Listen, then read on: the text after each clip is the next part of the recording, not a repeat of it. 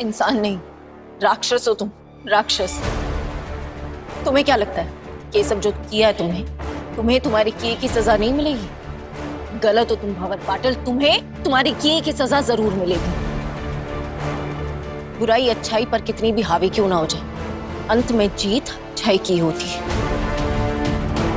सवी भंवर पाटिल के सामने बेखौफ खड़ी होती है और एक बार फिर उठाती है हाथ उसे एक और थप्पड़ मारने के लिए, पर इस बार भंवर सवी का हाथ पकड़ लेता है।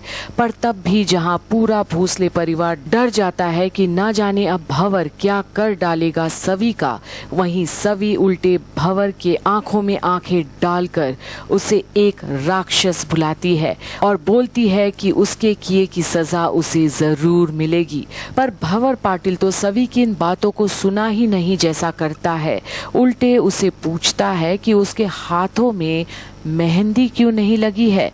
इंकी मार्क्स की जगह उसके हाथों में तो मेहंदी होनी चाहिए थी। और सवी के हाथ को मरोड़ता है गुस्से से और अब सभी घबरा जाते हैं कि कहीं सवी की उंगलियों को ही नहीं तोड़ दे पाटिल। पर अब जहां सवी उसे उसके हाथ छोड़ने के लिए बोलती है और जब ईशान चिल्लाता है पाटिल पर सवी को छोड़ने के लिए, तब पाटिल ध्रुवा को कुर्सी लगाने के लिए बोलता है और अब हरिणी ताई पर बंदूक तानते हुए कहता है कि अब वो सवी के हाथों में लगाएगी मेहंदी। और अब किरण से कहता है कि ताई को सवी तक लेकर आए, पर किरण तो बिल्कुल बदमाशों की तरह अपने ही वाइफ को टानते हुए लाता है सवी तक मेहंदी लगाने के लिए। और एक बार फिर सब डर जाते हैं और अब भंवर जाता है रीवा के पास और उसे फ्यूचर मिसेस ईशान भोसले कहकर उसे बोलता है दूसरे हाथ में सवी के मेहंदी लगाने के लिए। और जहां भंवर रीवा का हाथ पकड़ता है और सभी बचाव में आगे बढ़ते हैं, ईशान भंवर को उसका हाथ छोड़ने के लिए बोलता है।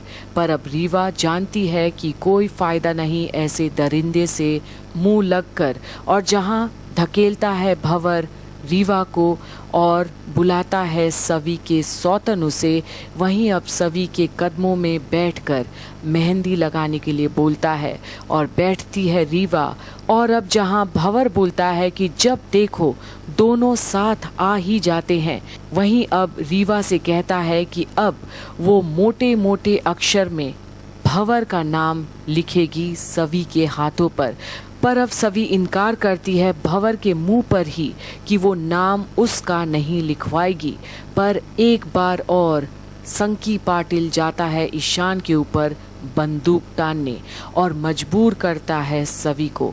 और एक बार फिर सवी ईशान सर के खातिर अपने आप को पाटिल के हवाले करती है और बोलती है कि वो उसके नाम का मेहंदी ज़रूर लिखवाएगी, बस वो ईशान को कुछ भी ना करे।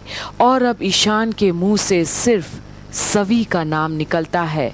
आखिर कितना बलिदान देगी अपना सवी उसके लिए, क्यों इतना प्यार करती है वो ईशान को? क्या ईशान अपने आप को माफ़ कर पाएगा अगर सवी को कुछ हुआ तो, अगर भंवर ने कुछ कर ही दिया तो? देखते रहिए आगे क्या होता है इस महफिल में। क्या सजेगी मंडप या बहेगी खून की नदियाँ? आगे देखते रहिए घूमे किसी के प्यार में की सारी अपडेट्स यहीं कंप्लीट बॉलीवुड पर, जहां अगला पड़ाव हम आपको यहीं पर बताएंगे।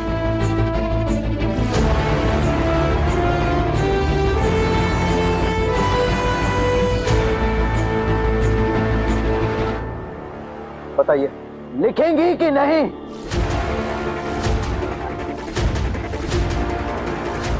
मैं लिखवाऊंगी। सवी, मैं तुम्हारा नाम अपने हाथ पे लिखवाऊंगी, लेकिन प्लीज ईशान सर को कुछ मत करना।